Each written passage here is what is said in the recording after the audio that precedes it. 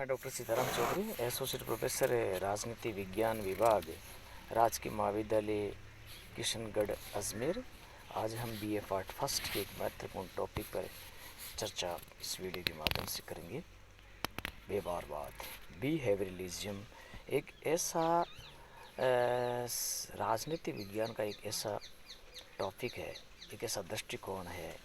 जिसको राजनीति विज्ञान के अंदर क्रांति भी कहा जाता है, या इसको कह सकते हैं कि एक ऐसी विचारधारा है जो राजनीतिक विज्ञान को संपूर्ण विज्ञानों की तरह एक विज्ञान का दर्जा देते हैं। इसके अलावा राजनीतिक विज्ञान की शुरुआत हम जैसे पिछले हमारे वीडियो के माध्यम से मैंने बताने की कोशिश की, राजनीतिक विज्ञान की शुरुआत यूनान से हुई और परंपरागत दृष्टिकोण के बाद में आधुनिक दृष्टिकोण आया। आधुनिक दृष्टिकोण में व्यवहारवाद एक, जिसको ईस्टन, इसके अलावा लासवेल, ग्राम वालास, लास्की, जॉन लॉक और बहुत सारे ऐसे आधुनिक राजनीतिक विचारक हुए जिन्होंने जैसे ईस्टन की किताब है द पॉलिटिकल सिस्टम, ये एक ऐसे विचारक हुए, उन्होंने कहा कि राजनीतिक विज्ञान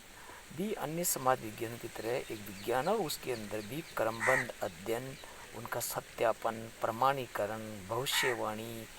और उसकी एक तरह की उनको साइंस की तरह उसको परखा जा सकता। मानव व्यवहार का अध्ययन, मूल्य निरपेक्ष अध्ययन और राज्य और सरकार से बाहर जाकर हम जो हमारे इर्द गिर्द मानव से जुड़ी हुई जो समस्याएं हैं उनका अध्ययन, राष्ट्रीय और अंतर्राष्ट्रीय स्तर पर कौन कौन सी घटनाएं घट रही है उनका अध्ययन, कौन कौन से आंदोलन है उनके क्या इम्पैक्ट है, कौन सी क्रांतियाँ उनके क्या इम्पैक्ट है, ये सारे के सारे जो इशूज़ है, इन सारे इशूज़ का राजनीतिक विज्ञान के अंदर अध्ययन किया जाता है और ये ही व्यवहारवाद है। व्यवहारवाद के अंदर शक्ति, सत्ता, वैधता, राजनीतिक दल, दबाव समूह,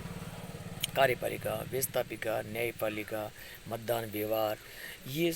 सारे के सारे, न्यायपालिका, ये बहुत सारे के सारे जो एक तरीके के राजनीतिक विज्ञान का जो पॉलिटिकल स्ट्रक्चर है वो स्ट्रक्चर का अध्ययन किया जाता है। इसके अलावा मानव का व्यवहार कि किस तरीके से मानव का व्यवहार बदलता है और उसकी एक लंबे समय तक स्टडी करके उसमें से एक फिक्स डेटा हम निकाल सकते हैं या उनके व्यवहार की स्टडी करके एक तरीके का हम किसी निष्कर्ष पर पहुंच सकते हैं। ये सारे के सारे अध्ययन व्यवहारवाद के अंदर किया जाता है। व्यवहारवाद की उत्पत्ति द्वितीय विश्व युद्ध के बाद के अंदर जब आमूलचूल परिवर्तन हुआ, संपूर्ण विश्व के अंदर एक नई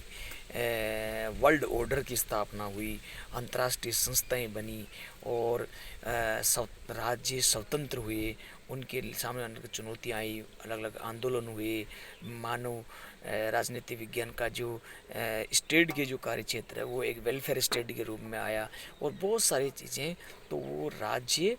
के जो राजनीतिक विज्ञान का कार्य क्षेत्र है उसमें भी वृद्धि हुई और उसी के परिणाम स्वरूप हम राजनीतिक विज्ञान को आज एक स्वतंत्र विज्ञान के रूप में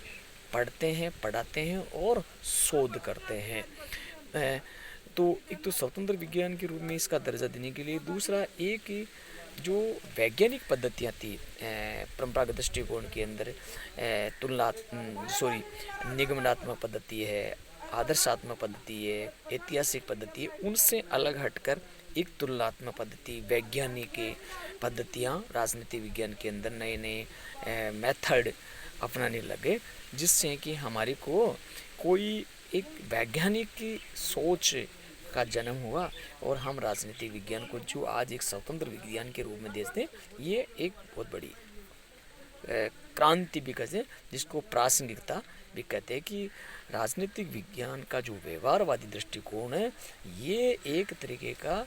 एक स्वतंत्र विषय है। और दूसरा जो नए नए आज हम राजनीतिक विज्ञान के अंदर शोध कर रहे हैं, इस शोध को हम व्यवहारवादी दृष्टिकोण के, लेकिन बहुत सारे ऐसे विचारक हुए जो परंपरागत दृष्टिकोण के में भी थे और आधुनिक दृष्टिकोण में भी वो रहे, और हम Hobbes, Locke, Rousseau, Green, Laski, Hegel, Karl Marx को तो हम वैज्ञानिक समाजवाद का पिता कहते हैं।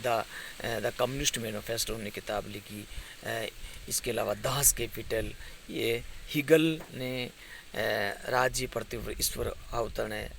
इसे टी.एस. ग्रीन ने कि एक स्वतंत्रता की बात करी। उदारवाद का सिद्धांत सबसे पहले लोग ने दिया। ये सारे के सारे जो आज हम राजनीति विज्ञान को एक परिपक्व विज्ञान के रूप में मानते हैं, ये व्यवहारवादी दृष्टिकोण है जिसके आधार पर हम राजनीति विज्ञान को आज हम परंपरागत से आधुनिकता की ओर अग्रसर कर रहे हैं। ये हमारे विद्यार्थियों के लिए बहुत ज़रूरी है कि राजनीतिक विज्ञान का परंपरागत दृष्टिकोण क्या है, आधुनिक दृष्टिकोण क्या है, व्यवहारवाद क्या है और उत्तर व्यवहारवाद क्या। हम अगले जो हमारा जो भी नेक्स्ट टॉपिक होगा उसमें हम उत्तर व्यवहारवाद पर डिस्कस करेंगे और राजनीतिक विज्ञान का जो व्यवहारवादी है उसकी क्या क्या आलोचना रही है, आगे हम विचार रखेंगे। धन्यवाद।